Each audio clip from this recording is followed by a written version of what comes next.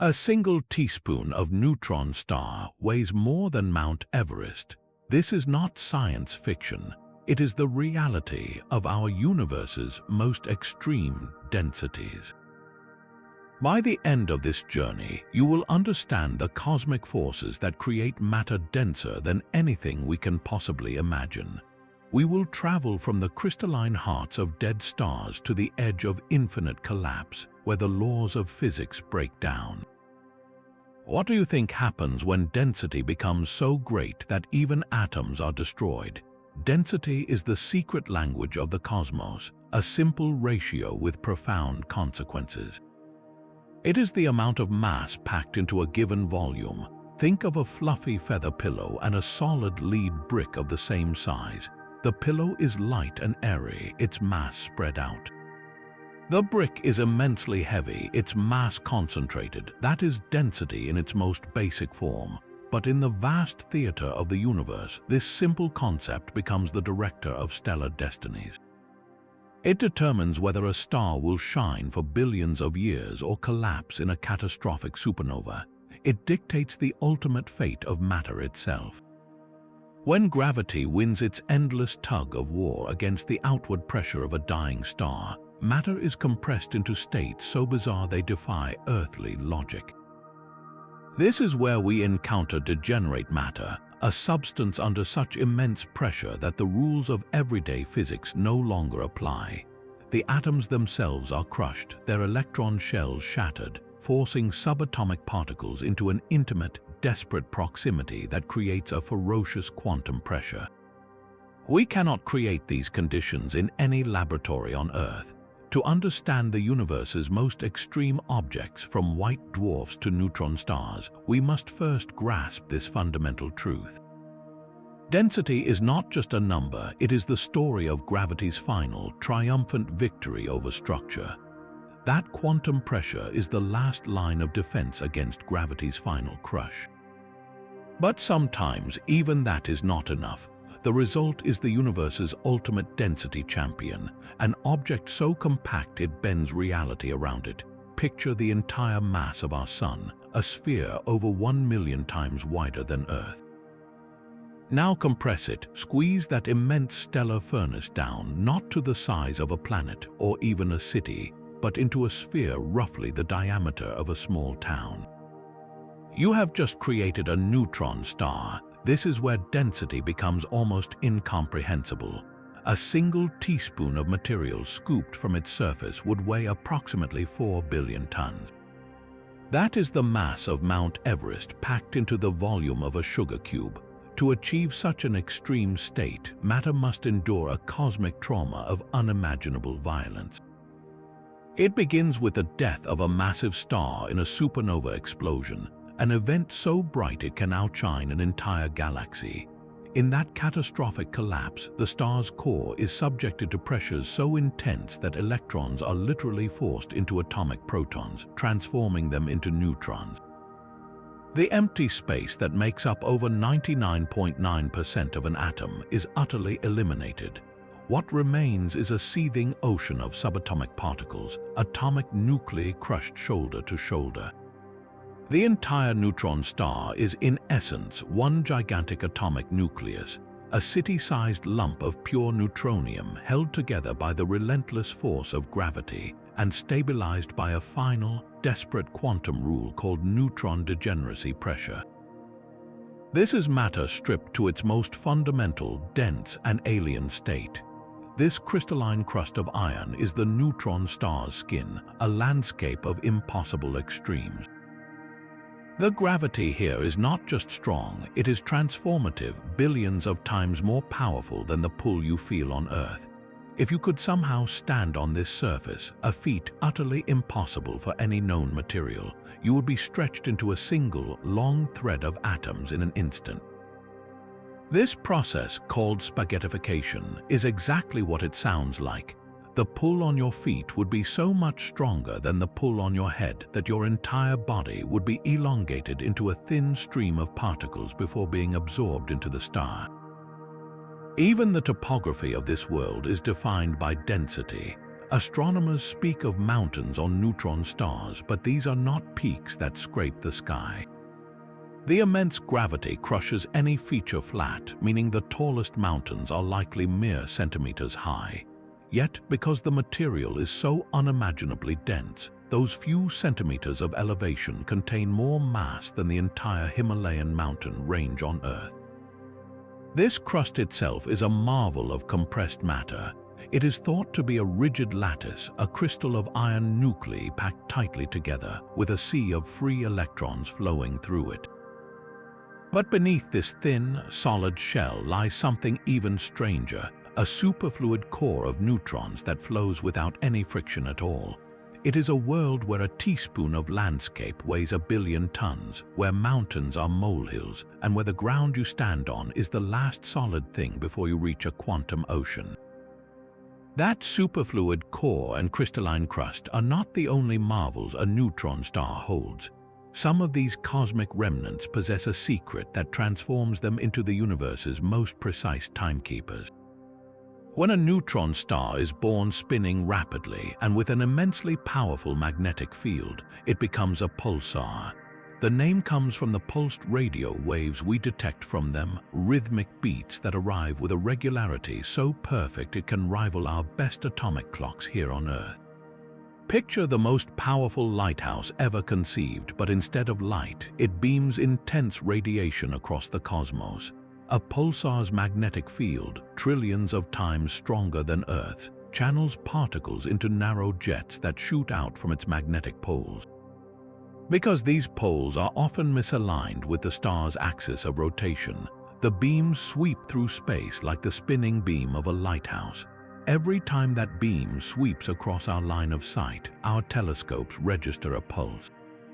The timing of these pulses is locked to the star's rotation, and with so little to slow them down, some pulsars spin hundreds of times every single second.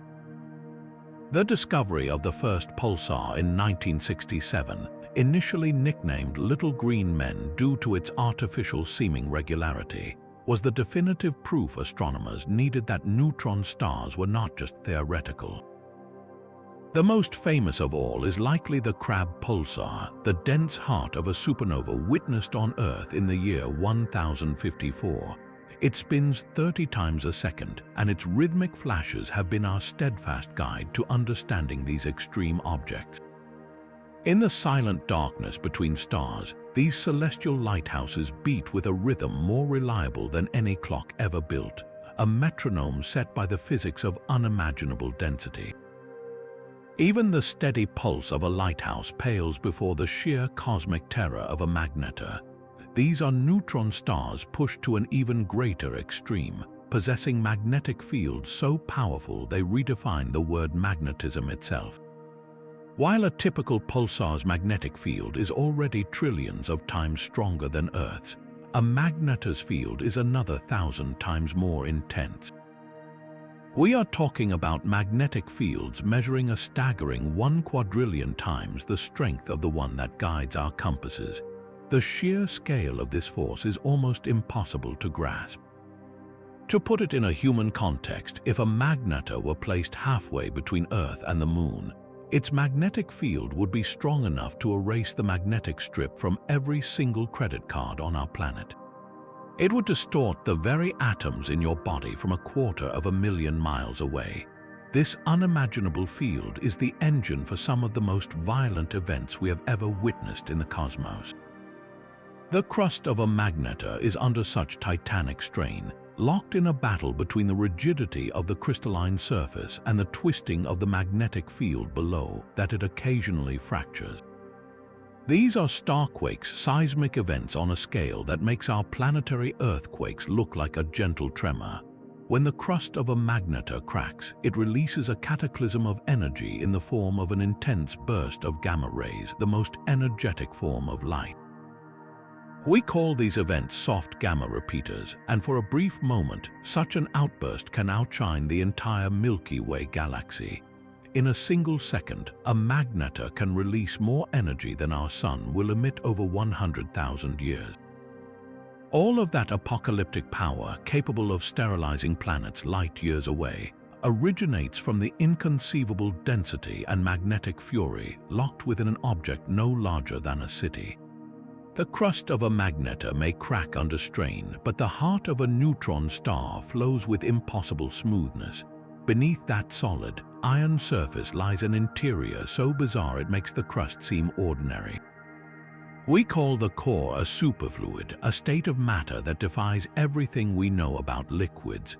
Think of the most perfect, frictionless substance imaginable. In a superfluid, there is zero viscosity, no stickiness or resistance to flow. If you could stir a cup of neutron star core, it would spin forever, never slowing down. This is not a quiet, placid fluid, however. It is a churning, chaotic quantum sea where the neutrons themselves, freed from the confines of atomic nuclei, behave as a single, coherent entity.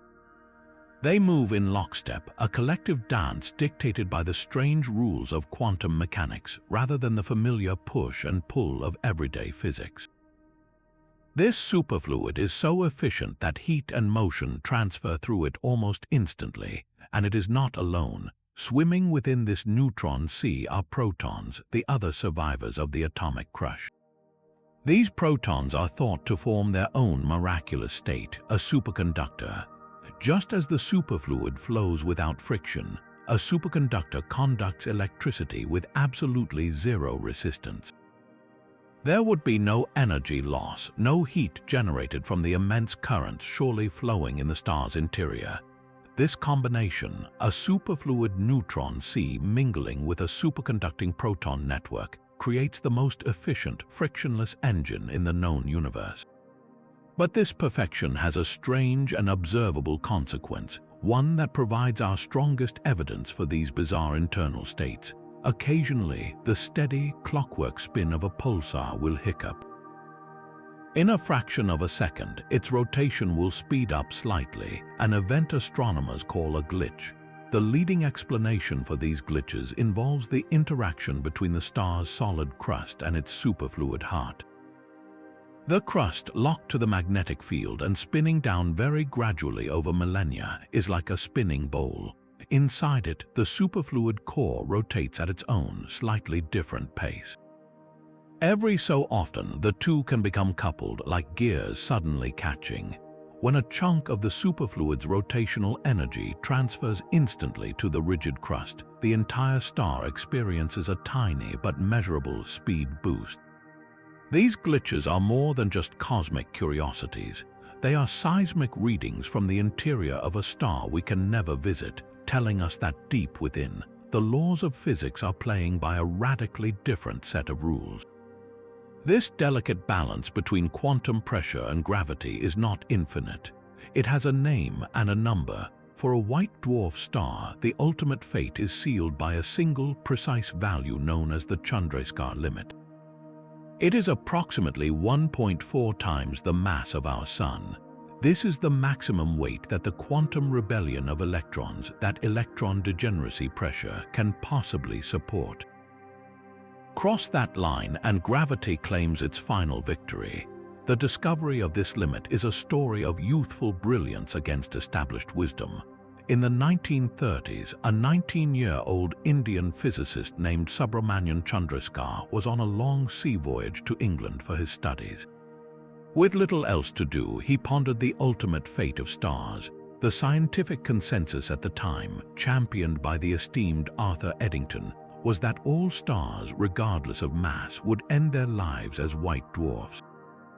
But Chandrasekhar's calculations told a different, more dramatic story. He realized that as you add more mass to a white dwarf, the electrons must be squeezed into higher and higher energy states to provide the necessary counterpressure. There is, however, a cosmic speed limit, the speed of light. Once the electrons are pushed to relativistic speeds, the pressure they can provide reaches a maximum. That maximum defines the Chandrasekhar limit. Think of it as a cosmic scale. Place a dying stellar core on it. If the final weight is less than 1.4 solar masses, the scale tips toward stability, a white dwarf that will cool for eons.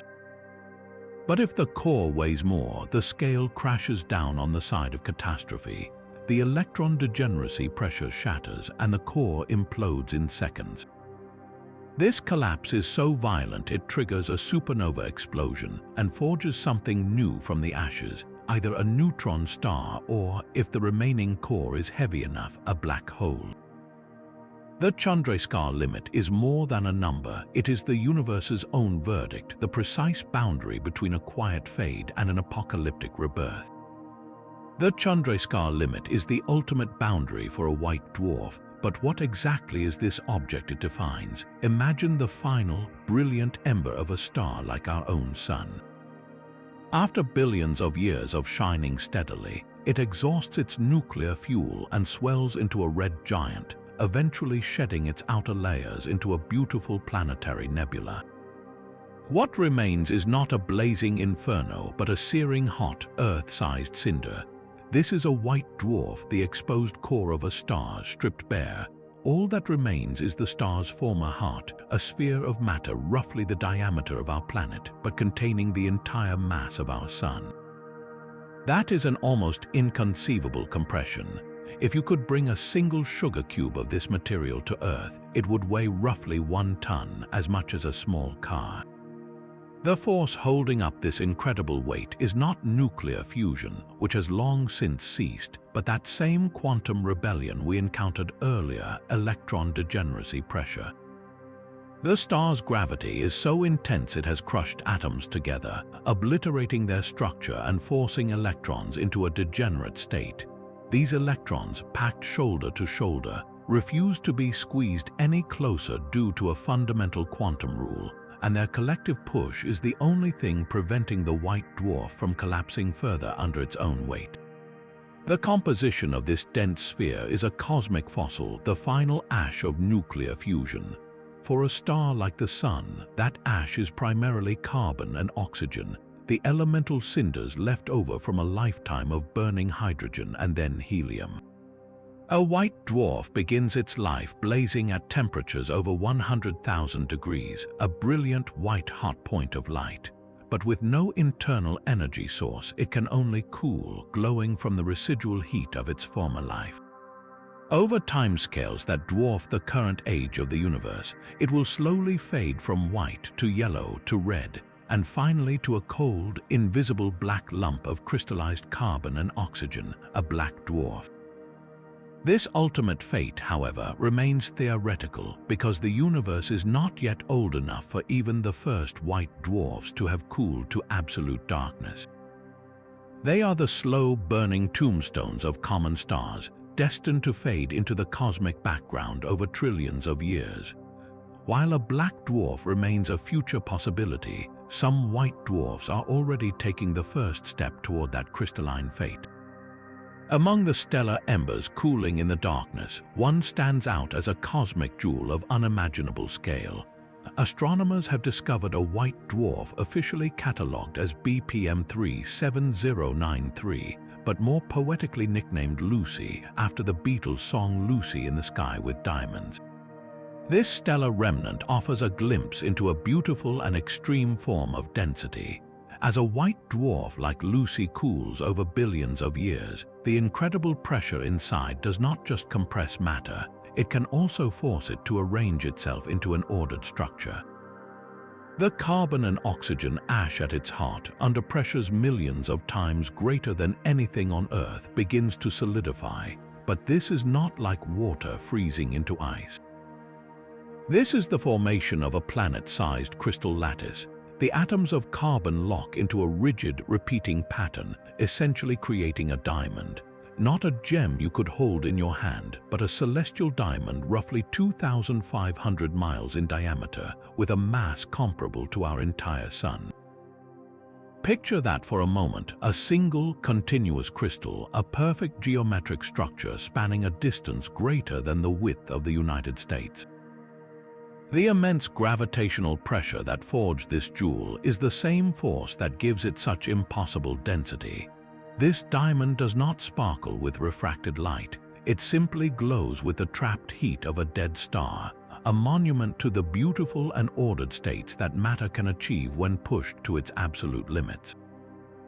It is a reminder that the universe's extremes are not always about violent explosions, but can also manifest as a slow, patient transformation into something of stunning, silent perfection.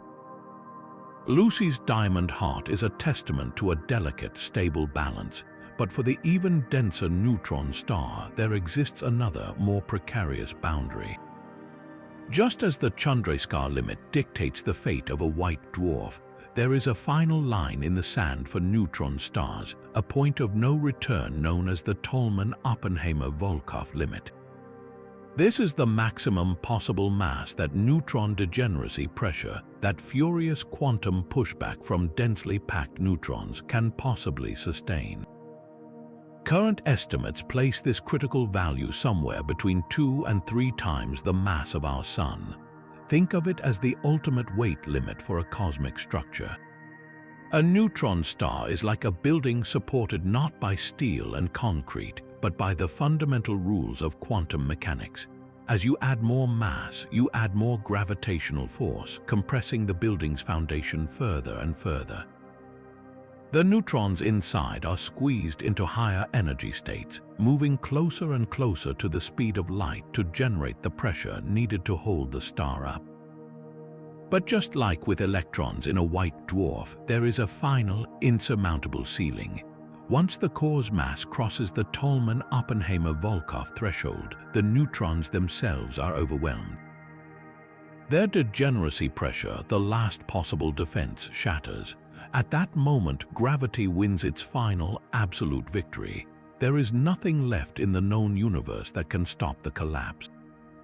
Not the rigidity of the iron crust, not the frictionless flow of the superfluid core, not even the speed of light itself.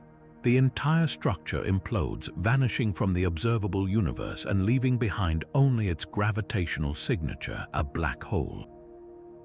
This limit is far less certain than the Chandrasekhar limit, because the physics of matter at such extreme densities is territory we can only map with theory. The exact number depends on the still unknown behavior of nuclear matter under conditions we cannot replicate. Every observation of a massive neutron star, every gravitational wave from a collision, helps physicists refine this ultimate number, searching for the precise mass where matter itself surrenders to infinite density. The Tolman-Oppenheimer-Volkoff limit is the final warning before the rules of the universe are rewritten. When a neutron star's core surpasses that critical mass, the collapse does not create a new state of matter. It annihilates the very concept of matter as we understand it. This is the birth of a black hole, the point where density transcends the extreme and becomes infinite. To grasp this, we must first separate the black hole's shadow from its impossible heart. When astronomers speak of a black hole size, they are usually referring to its event horizon, the point of no return. This is not a solid surface, but a spherical boundary in space.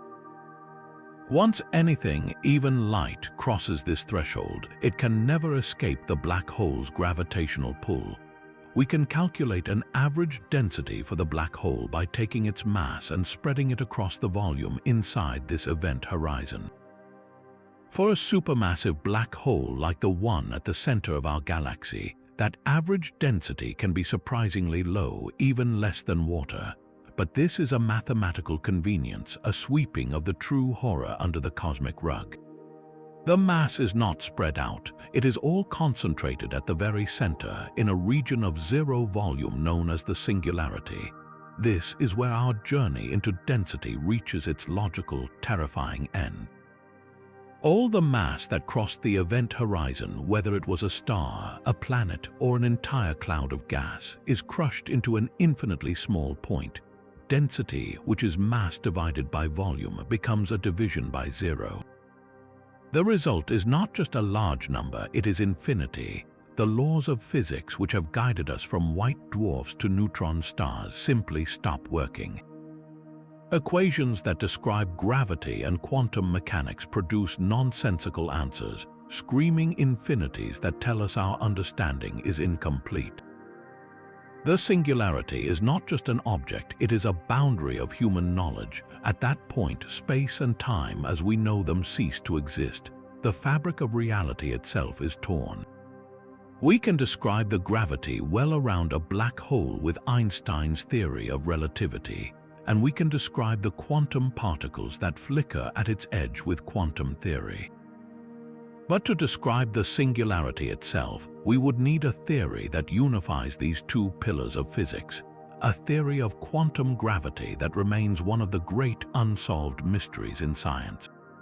The black hole singularity is the ultimate extreme, a silent question mark at the heart of darkness, reminding us that for all we have discovered, the universe still holds places where the map turns blank. This final surrender to gravity has a gruesome signature, one that occurs long before you ever reach the singularity's infinite density. It is called spaghettification, a playful name for a profoundly violent process. Also known as the noodle effect, it is the ultimate consequence of tidal forces taken to an extreme. Every object in a gravitational field feels a pull, but that pull is stronger on the side closer to the source. On Earth, the difference in gravity between your head and your feet is so infinitesimally small you could never detect it. Near a stellar mass black hole, that difference becomes apocalyptic. Picture yourself feet first, falling toward a black hole 10 times the mass of our Sun. As you approach, the pull of gravity increases dramatically, but the force on your feet, which are a few feet closer to the black hole than your head, becomes significantly stronger. It is like being on a cosmic rack. Your feet are yanked downward with more force than your head, beginning to stretch you lengthwise. Simultaneously, the sides of your body are being squeezed inward by the same converging forces, as if you are being funneled through a narrow point. The stretching wins. You are pulled into a long, thin strand, your atoms aligned in a single file line. You do not just become spaghetti, you become a stream of individual atoms stretched over thousands of miles. The crucial, terrifying detail is that this happens while you are still outside the event horizon. An outside observer would see you stretch, redden, and fade as the light struggles to escape, but you will be shredded into elemental particles long before you cross that final boundary. It is a stark reminder that the true danger of a black hole is not the darkness at its center, but the unbearable gradient of its gravity, a force that treats a human body not as a coherent being, but as a collection of loose parts to be sorted by distance. Spaghettification is the brutal reality of a small, dense black hole's gravity, but the universe holds a paradox, a cosmic giant where the rules of density seem to invert. At the heart of our own Milky Way, some 26,000 light-years away, lies a behemoth named Sagittarius, a star. This supermassive black hole contains the mass of over 4 million suns, a concentration of gravity so powerful it dictates the orbits of hundreds of stars whipping around it at thousands of miles per second. And yet, if you were to perform a simple calculation, you would find something astonishing. Take all that immense mass and spread it evenly across the volume inside its event horizon, a sphere over 25 million miles wide. The resulting average density would be less than that of water. This is not an error. It reveals a profound truth about how black holes scale. The radius of an event horizon increases in direct proportion to the black hole's mass. Double the mass, you double the radius, but volume is a different story. Volume depends on the cube of the radius. Double the radius and the volume increases eightfold. So, as a black hole grows more and more massive, its volume grows staggeringly faster than its mass does. The mass is spread across an ever vaster interior space, at least in this mathematical sense, causing the average density to plummet. A stellar mass black hole born from a single collapsing star is incredibly dense on average, but a supermassive black hole, a monster that has feasted for billions of years, becomes surprisingly, counterintuitively diffuse. It is a gravitational titan with the average density of air, a reminder that in the cosmos, scale changes everything. The most fearsome objects can hide a mathematical gentleness, even as they warp the very fabric of the galaxy around them. But this average density hides a deeper mystery. the universe may be seeded with black holes born not from dying stars, but from the raw, seething chaos of creation itself. These are primordial black holes, hypothetical relics from the very first second after the Big Bang. In that initial, unimaginably hot and dense state, the infant cosmos was not smooth. It rippled with quantum fluctuations, tiny pockets where density was slightly higher than the surrounding soup. In the most extreme of these pockets, gravity could have triumphed over the universe's explosive expansion almost instantly, causing a region to collapse directly into a black hole. This process bypasses the need for a supernova or a stellar core entirely. It is a birth from pure density, a fossil of the universe's first frantic moments. The possible sizes of these objects stretch the imagination. A primordial black hole could be smaller than an atom, yet contain the mass of an entire mountain, compressed into a volume smaller than a proton. Or it could be as large as a planet or even a star. Their defining feature is not their origin in a dying sun, but their origin in the dawn of time. This makes them compelling candidates for one of cosmology's greatest puzzles, dark matter. We know this invisible substance makes up about 85% of the matter in the cosmos, binding galaxies together with its gravity, but we have never directly detected a single particle of it. What if dark matter is not a sea of exotic particles, but a vast swarm of ancient microscopic black holes drifting through the galaxy? It is an elegant, if haunting, possibility. Finding them, however, is a monumental challenge. A mountain mass black hole the size of an atomic nucleus would be nearly impossible to see directly. Astronomers search for their subtle signatures, watching for the brief flash of light as one passes in front of a distant star, its gravity bending and magnifying the starlight in an event called microlensing. They also listen for the faint, high-frequency chirp of two such black holes merging, a sound too high-pitched for current gravitational wave observatories, but perhaps within reach of future space-based detectors. The hunt for these cosmic specks is a hunt for the fingerprints of the universe's infancy, a search that could rewrite our understanding of both the beginning of everything and the invisible scaffolding that holds it all together. The hunt for primordial black holes is a search for our cosmic origins, but the quest for ultimate density does not end there. Between the crushing reality of a neutron star and the infinite silence of a black hole, theoretical physics suggests there may be one more possible state of matter, a final, fleeting rebellion before complete collapse. This is the hypothetical quark star. We know that under the immense pressure inside a neutron star, atomic nuclei are destroyed, leaving a sea of neutrons. But what if we apply even more pressure? The neutrons themselves are not fundamental particles. They are made of smaller entities called quarks, bound together by the strong nuclear force. In a quark star, the gravitational pressure would be so unimaginably intense that it overcomes even this strongest force in the universe. The neutrons would shatter, dissolving into a swirling, seething soup of their constituent quarks. This would no longer be a star made of neutrons, but a star made of free quarks, a state of matter we call quark-gluon plasma.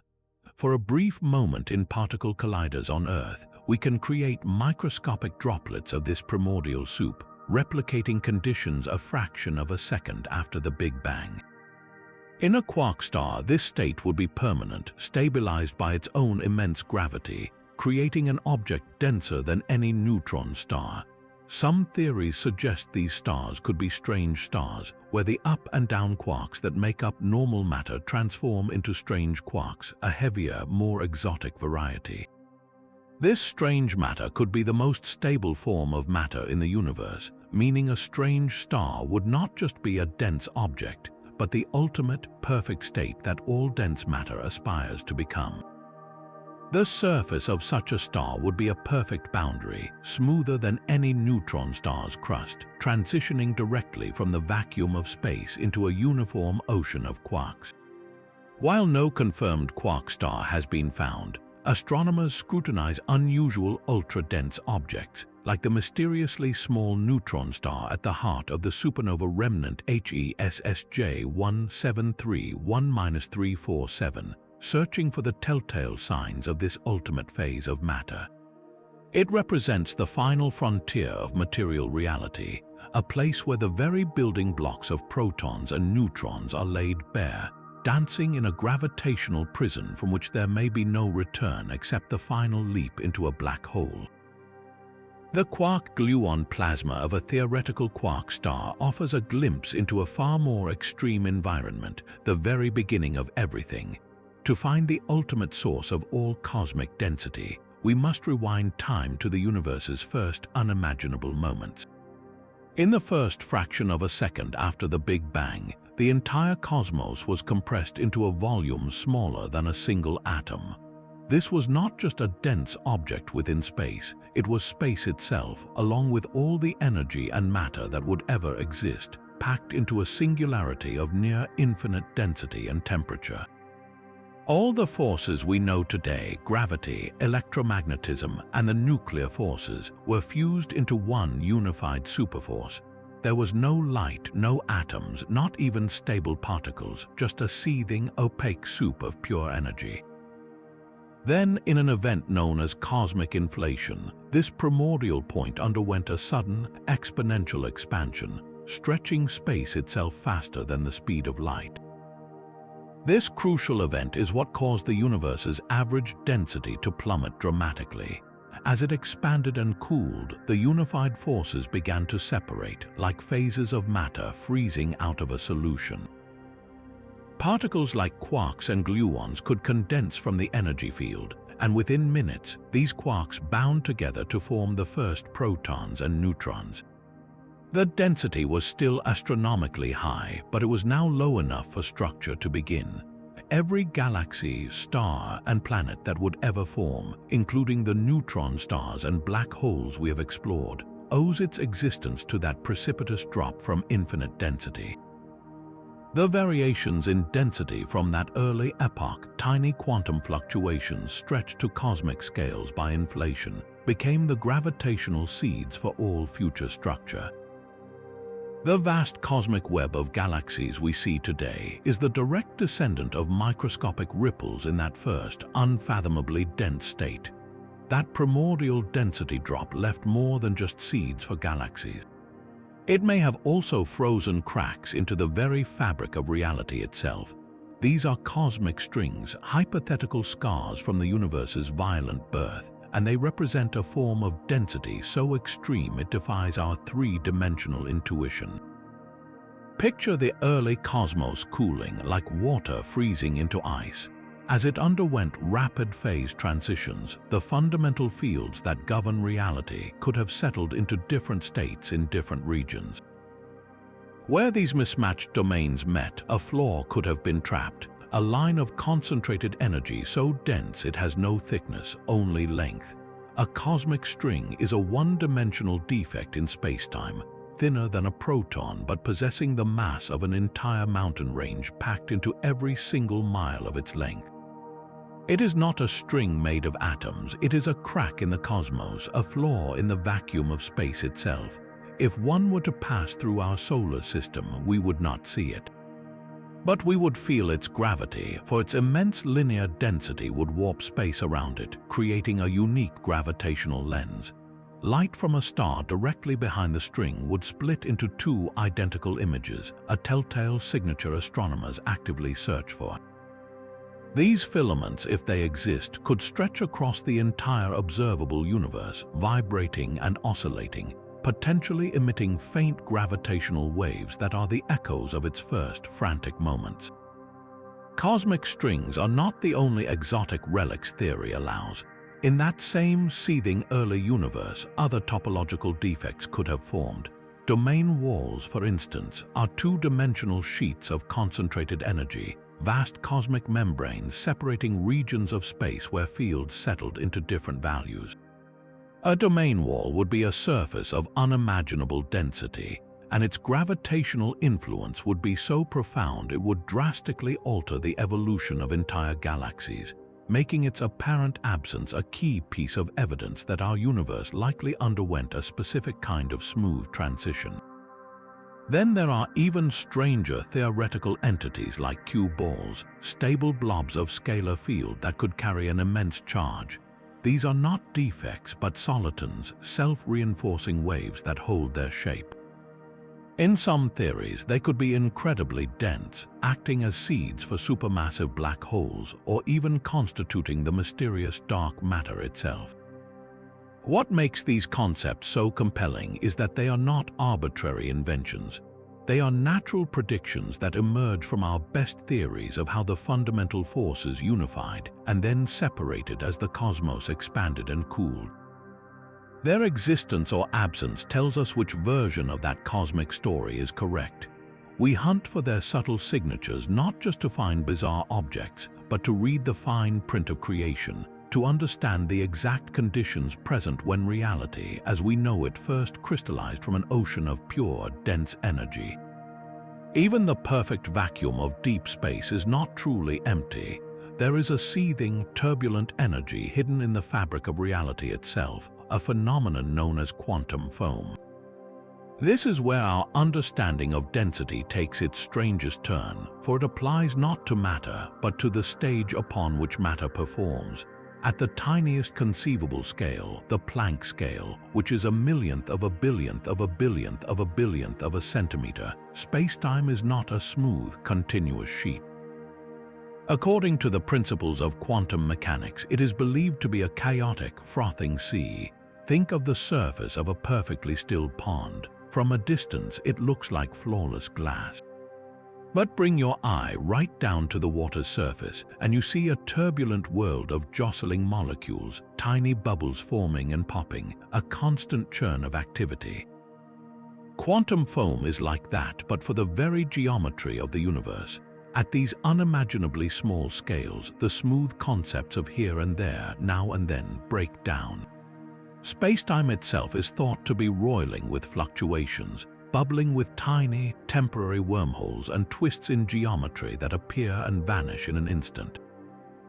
This frenzy is driven by a fundamental rule of the quantum world, the Heisenberg uncertainty principle, which allows for brief borrowings of energy from seemingly nothing. This energy manifests as pairs of virtual particles, matter and antimatter, that spontaneously blink into existence and then annihilate each other almost immediately. They are called virtual because we cannot directly detect them, but their effect is undeniable. This endless, frantic dance of creation and destruction gives the vacuum a non-zero energy density. It means that a cubic centimeter of completely empty space, stripped of all atoms and light, still possesses a faint, intrinsic energy. This is not just a theoretical curiosity. This vacuum energy, also called the cosmological constant, is the leading candidate for the mysterious force we call dark energy. It is the repulsive pressure embedded in empty space itself, a gentle but relentless push that is causing the expansion of our universe to accelerate.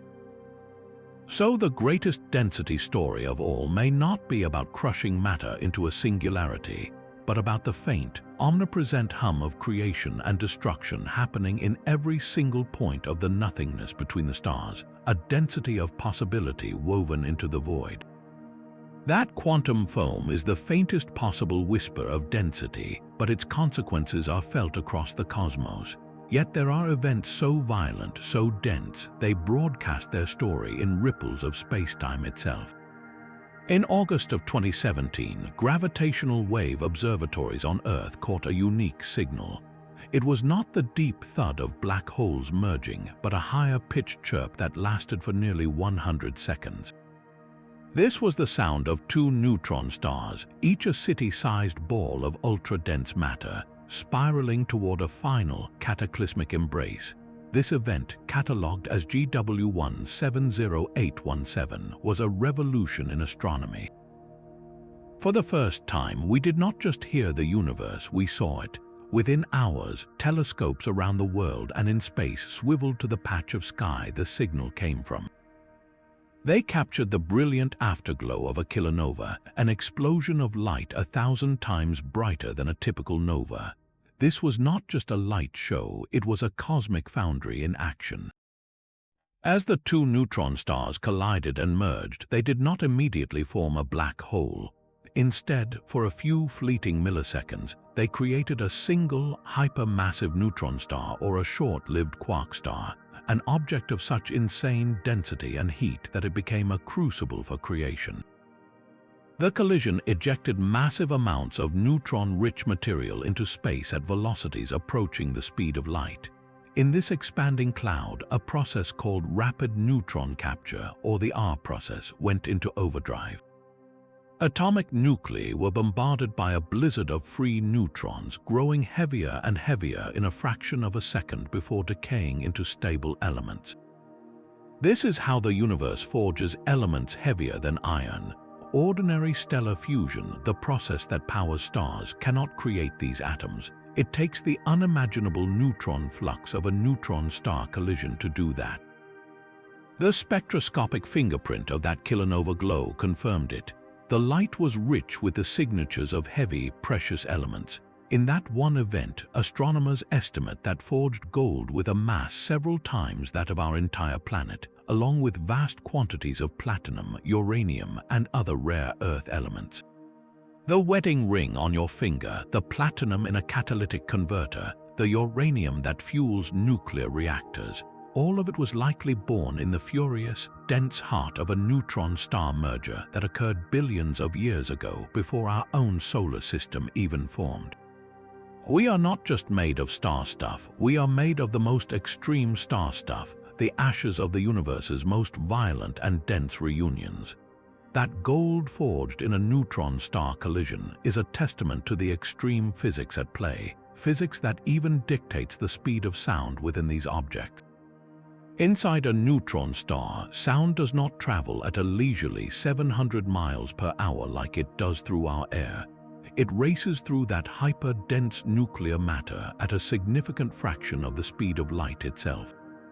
This is not a metaphor. The stiffness of the material, the incredible resistance of that degenerate neutron, see to being compressed any further, creates a medium where pressure waves propagate with almost unbelievable speed.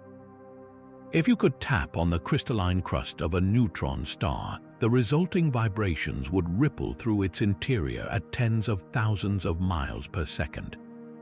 This extreme sound speed has profound consequences for the very nature of these stars. Neutron stars are not silent orbs. They can oscillate, vibrate, and ring like cosmic bells when they are disturbed. A starquake on the crust, the sudden coupling of the superfluid core during a glitch, or even the final moments of a merger can set the entire structure quivering. These are not simple tremors, they are complex harmonics, a symphony of vibrations ringing across different frequencies, each one probing a different layer of the star's interior. Just as a geologist learns about Earth's core by studying seismic waves from earthquakes, astrophysicists can, in theory, learn about the internal structure of a neutron star by detecting these space-time ripples. The frequency and decay of these oscillations would tell us about the stiffness of the nuclear matter, the thickness of the crust, and the nature of the superfluid core. It is a form of asteroseismology, but on a scale where the notes are played at relativistic speeds and the instrument itself is a city-sized ball of nuclear density. Detecting these specific vibrations directly remains a challenge for our gravitational wave observatories, but it is a tantalizing future possibility. The day we hear a neutron star ring will be the day we truly begin to map its hidden heart, listening to the echoes of density itself. That symphony of vibrations is a direct consequence of warped space, a phenomenon that reaches far beyond the star itself. The ultimate expression of density's power is not just crushing matter, but distorting the very stage of reality. This is gravitational lensing, where an object's immense mass and density warp the fabric of spacetime so severely that it bends the path of light itself. Picture a heavy bowling ball placed on the center of a taut trampoline. The ball creates a deep depression in the fabric. Now roll a marble across the trampoline. Instead of traveling in a straight line, its path will curve as it rolls through the dent created by the bowling ball. In our universe, the trampoline is space-time. The bowling ball is any massive object like a galaxy or a black hole, and the marble is a beam of light from a distant star. The denser the object, the deeper the warp, and the more dramatic the bending of light. This is not a metaphor, it is a precise prediction of Einstein's theory of general relativity, confirmed countless times. It means that the dense heart of a galaxy cluster can act as a colossal cosmic magnifying glass. When a distant galaxy lies directly behind such a cluster from our viewpoint, its light is bent and smeared into multiple images, arcs, and even a perfect ring of light called an Einstein ring. This gives astronomers a powerful tool. By measuring how much the light is distorted, they can literally weigh the galaxy cluster doing the lensing, calculating the total mass required to create that specific warp. But here is where it gets truly fascinating. When scientists add up all the visible mass in these clusters, the stars and the glowing gas, it is never enough to account for the immense gravitational lensing they observe. The only explanation is that the cluster is filled with a vast amount of invisible mass, a mysterious form of density we call dark matter. Gravitational lensing is our primary map to this unseen stuff, allowing us to chart its distribution and confirm it forms a ghostly scaffold holding the universe together. The effect is so sensitive it can even reveal smaller, dense objects within our own galaxy. When a lone star or a planet drifts in front of a more distant star, its tiny gravitational warp can briefly magnify the background starlight in a flash called microlensing. This is how we have discovered rogue planets, worlds untethered to any star, drifting alone in the interstellar dark. From weighing invisible matter to finding orphaned worlds, gravitational lensing turns the universe's most extreme densities into our most powerful telescopes, using warped space to reveal secrets light alone could never show. Gravitational lensing maps the invisible mass of dark matter, but the true nature of this ghostly substance remains our greatest cosmic puzzle. It constitutes roughly 85% of all the matter in the universe, yet we have never directly seen a single particle of it. We only know it is there because of its gravity, the way it bends light and dictates the rotation of galaxies. This mysterious material forms vast spherical halos that envelop every galaxy, including our own Milky Way. Picture our brilliant spiral disk of stars, gas, and dust. Now encase it in a gargantuan, diffuse cloud that extends 10 times farther out than the visible stars. This is the dark matter halo, an immense but nearly invisible structure that provides the essential gravitational scaffolding for the galaxy itself. The density of this halo is not like the crushing concentration of a neutron star. In fact, its particle density is thought to be astonishingly low. If dark matter consists of weakly interacting massive particles, as many theories suggest, there might be only a few 100,000 of them in a volume the size of your living room. They would stream through you and the walls of your house and the entire Earth without a single collision. This makes dark matter halo density a paradox of scale. Its individual particles are so sparse they barely interact, but there are so many of them spread across such an enormous volume that their combined gravitational pull is utterly dominant. It is this cumulative, pervasive gravity that holds fast-spinning galaxies together, preventing them from flying apart, and that guides the formation of the cosmic web, the largest structure in the universe. So while we search for its fundamental particle in deep underground laboratories, we already know its most profound signature, a gentle, omnipresent pull from a form of density that is everywhere and nowhere, the unseen architect of the visible cosmos. But what of the objects that never quite made it to stardom? Between the blazing furnaces of true stars and the cold, dark wanderings of planets, there exists a shadowy middle ground populated by cosmic failures of immense density. These are brown dwarfs, often called failed stars. Their story begins like that of any star, with a collapsing cloud of gas and dust.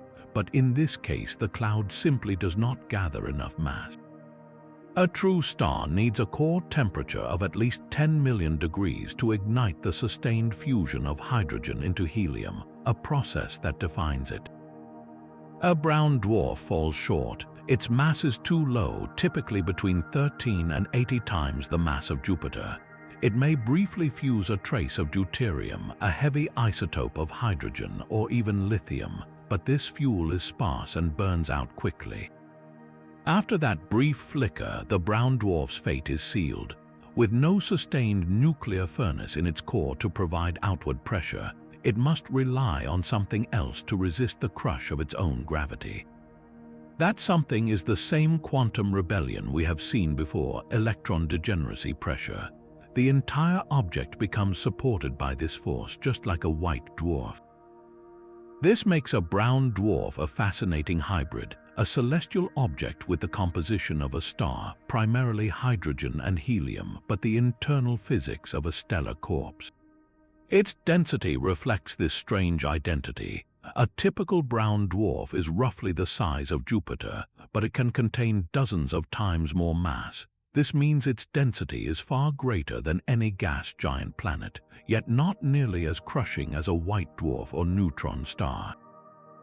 A single cubic centimeter of brown dwarf material might weigh a few grams, comparable to a dense metal here on Earth, rather than the tons or billions of tons of more extreme objects. They are the missing link, objects of substantial gravity and surprising density that glow faintly with the residual heat of their formation, slowly cooling and fading into invisibility over billions of years, forever occupying the quiet, dim borderland between planet and star. Our own solar system holds worlds of extreme density, not in distant star remnants, but in the hearts of its largest planets. The colossal giants Jupiter and Saturn are not simply enormous balls of swirling gas. Deep within their vast atmospheres, pressure builds to such staggering levels that it transforms the most common element in the universe into something utterly alien. Hydrogen, the lightest and simplest of all atoms, undergoes a profound metamorphosis. Under the weight of thousands of miles of overlying atmosphere, the pressure eventually exceeds millions of times the pressure at Earth's surface. This immense force crushes the liquid hydrogen ocean that exists in the planet's lower layers, squeezing the atoms so close together that their behavior changes completely. The electrons, which normally orbit their protons in well-defined shells, are literally squeezed loose. They break free from their parent atoms and flow freely, like the electrons in a copper wire. What was once an insulating fluid becomes a shimmering, degenerate sea of electrically conductive matter.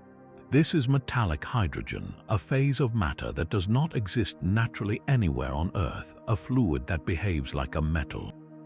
It is an exotic, dense material that forms the very heart of these gas giants. The density in this metallic ocean is extraordinary on a planetary scale. While not as crushing as in a white dwarf, the pressure is so immense that the hydrogen is compressed to a state several times denser than liquid water, a remarkable feat for the lightest element. This churning, conductive ocean is the engine behind one of the most visible features of these planets. Jupiter's powerful magnetic field, the largest permanent structure in the solar system, is generated deep within this layer of metallic hydrogen. As the planet rotates rapidly, this electrically conductive fluid moves in complex currents, acting like a colossal dynamo. These motions generate a magnetic field so vast it could contain the Sun, and its influence shapes the space around Jupiter, trapping radiation and creating intense auroras. Saturn, too, with its beautiful and intricate magnetic field, owes its power to this dense metallic heart. So while we gaze at the colorful cloud tops of these giants, we are seeing only the outer veil. The true nature of these worlds lies in a deep, dark, pressurized ocean where hydrogen itself has surrendered to the force of gravity, becoming a liquid metal that powers the cosmos in our own celestial backyard. That metallic heart of Jupiter is a dense echo of creation, but what of the ultimate fate of all density? Every extreme object we have explored, from diamond stars to black holes, exists within a single, unfolding cosmic story. This story is defined by a fundamental battle, a tug-of-war between two titanic forces. On one side is the explosive energy of the Big Bang, driving the universe to expand and thin out. On the other is the relentless gathering pull of gravity, which seeks to pull everything back together. The destiny of all matter, and therefore the ultimate fate of density itself, hinges on which of these forces finally wins. Cosmologists see two possible endings, both equally profound and equally bleak in their own ways. The first is known as the heat death or the Big Freeze. In this scenario, the expansion of the universe continues forever, accelerating under the influence of dark energy. Galaxies will rush apart until the space between them becomes an unbridgeable void. Within each galaxy, stars will slowly burn out one by one. White dwarfs will cool into black dwarfs, neutron stars will fade, and black holes will evaporate over incomprehensible eons via Hawking radiation. Eventually, no new stars will form. All usable energy will be exhausted. The universe will approach a state of maximum entropy, a uniform, frigid sea of diluted particles and radiation, where the temperature everywhere is the same, just a fraction of a degree above absolute zero. In this eternal twilight, the average density of the universe will approach zero. It will be the ultimate victory of expansion over gravity, a final, silent dispersal of all that ever was. But there is another possibility, a mirror image of the beginning. This is the Big Crunch. In this model, the collective gravity of all the matter and dark matter in the cosmos is eventually enough to halt and reverse the expansion. The universe, after reaching a maximum size, begins to contract. Galaxies, then stars, then planets start rushing toward each other. The temperature rises as everything is compressed. In the final moments, the entire cosmos, every atom and photon, is crushed back into a single point of infinite density and temperature, a singularity. It would be a reverse of the Big Bang, a catastrophic reunion of all matter into a state where space and time cease to exist. Some theories even suggest this could trigger a new Big Bang, leading to a cyclical universe of endless expansion and contraction, a cosmic heartbeat of infinite density and rebirth. Which destiny awaits us? Current observations of distant supernova and the cosmic microwave background strongly suggest our universe is headed for the heat death and eternal expansion. But the true answer depends on the precise nature of dark energy and the total amount of dark matter, numbers we are still refining.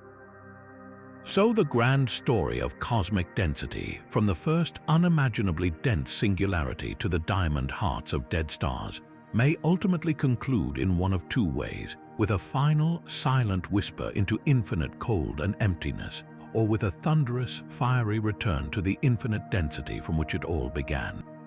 From a teaspoon of material heavier than a mountain to the silent, infinite crush of a singularity, we have traced the universe's obsession with density.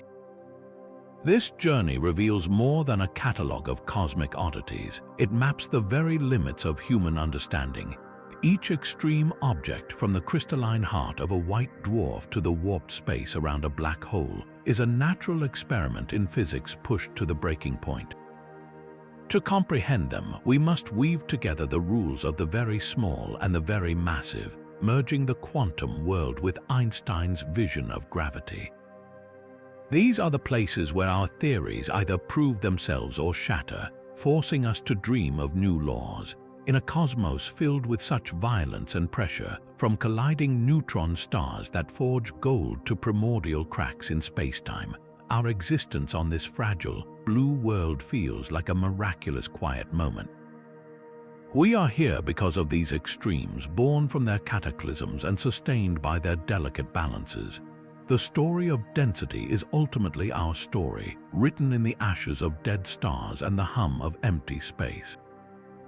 If you found this voyage into the cosmos's most crushing secrets fascinating, please like and subscribe to continue exploring the universe's deepest mysteries with us. And we would love to hear from you. What is your favorite mind-bending fact about the universe's extreme densities? Share your thoughts in the comments below.